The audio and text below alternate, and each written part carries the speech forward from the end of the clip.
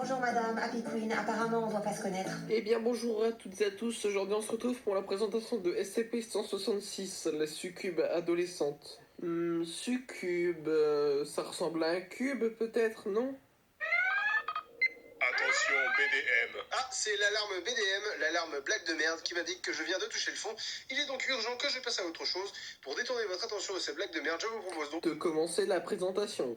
SCP-166 doit être tenu à l'écart de tout contact avec les membres du personnel de sexe masculin. Pourquoi il y a quelqu'un qui habite là, exclu du village, le pauvre? SCP-166 est complètement coopérative tant qu'elle dispose de matériel à sa disposition. En plus, une fois par mois, elle peut aller sur une île inhabitée tant qu'aucun membre du personnel masculin ne soit dessus. Et encore qu'il n'y a que Wario, hein.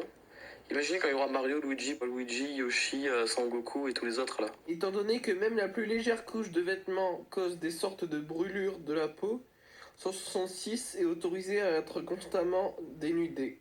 Comme je vous l'ai dit, j'ai envoyé un rêve avec ce formulaire. SCP-166 n'a besoin d'aucune nourriture à l'exception d'1 millilitre de semences humaines par semaine. Ce SCP devient vraiment extrêmement bizarre. We defeated. I'm gonna ban you. Alright, you're being banned.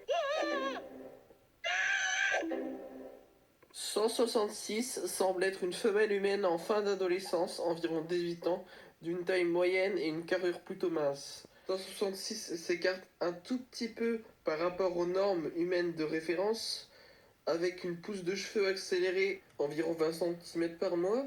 Vraiment? Je croyais que personne n'avait remarqué. Tais-toi. Virgule. Une vulnérabilité face aux matières particulières aéroportées telles que la fumée de cigarette et les aérosols. Une vulnérabilité accrue face aux ulcères de pression cutanée, donc les sortes de brûlures. Et une légère vulnérabilité aux changements dans son régime diététique. Alors si vous n'avez rien compris, c'est pas grave. L'effet que 166 a sur les hommes semble l'angoisser, ce qui est probablement dû à son désir de mener un mode de vie monastique basé sur la chasteté et la simplicité. Et là, cela pose un sacré problème et pour plusieurs raisons. La première, c'est évidemment son effet. C'est-à-dire, grosso modo, le fait que n'importe quelle personne de sexe masculin qui entre en contact visuel ou bien qui se situe à une certaine proximité de 166 devient violent au bout de quelques jours en ayant pour but de la Oh voir. merde, putain, le mec, oui. Oh mais non, mais la journée du mec.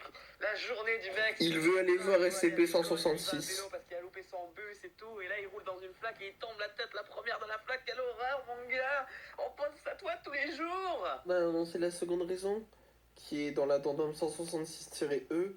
On va finir l'explication de l'addendum 166-A qui concerne l'histoire de 166.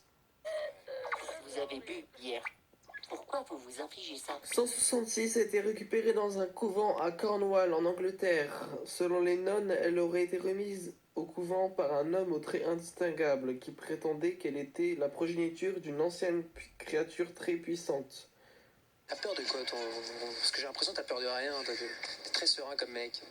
Toutes les tentatives pour localiser la mère de SCP-166 se sont révélées infructueuses à ce jour. Et maintenant, passons à l'addendum 166-E, texte d'une lettre d'origine inconnue placée sur la table de la suite de 166. Alors tu vas me prendre pour un fou, mais j'ai envie de m'acheter un super stylo plume pour la rentrée. 45 € et j'économise. Ah ouais. IBM 5100. Cher, j'ai rencontré pour la première fois ta mère quand ce n'était encore qu'une enfant. Elle avait des sabots à la place des pieds et la lumière des étoiles dans ses yeux. Elle incarnait la beauté et la nature, et je l'ai tuée de mes propres mains. Éden n'est pas un endroit, c'est un état d'être. Ils voulaient nous y ramener. Je les ai arrêtés. Je nous ai éloignés du paradis une seconde fois. Je n'ai jamais regretté mes actions, sauf une, que la première fois que tu m'as rencontré, tu as vu ton père mettre une balle dans la tête de ta mère. Quoi? Mais ne jamais faire ça. Ne jamais faire ça. Je ne fais pas d'excuses, juste une explication. Et j'espère que tu comprendras pourquoi j'ai fait ce que j'ai fait. J'espère que tu me pardonneras. Joyeux 16e anniversaire, ma chérie. Ton père. I give up, that's it. Cet univers devient vraiment n'importe quoi. Je vais me suicider. They ask you how you are, you just have to say that you're fine when you're not really fine, but you just can't get into it because menteur.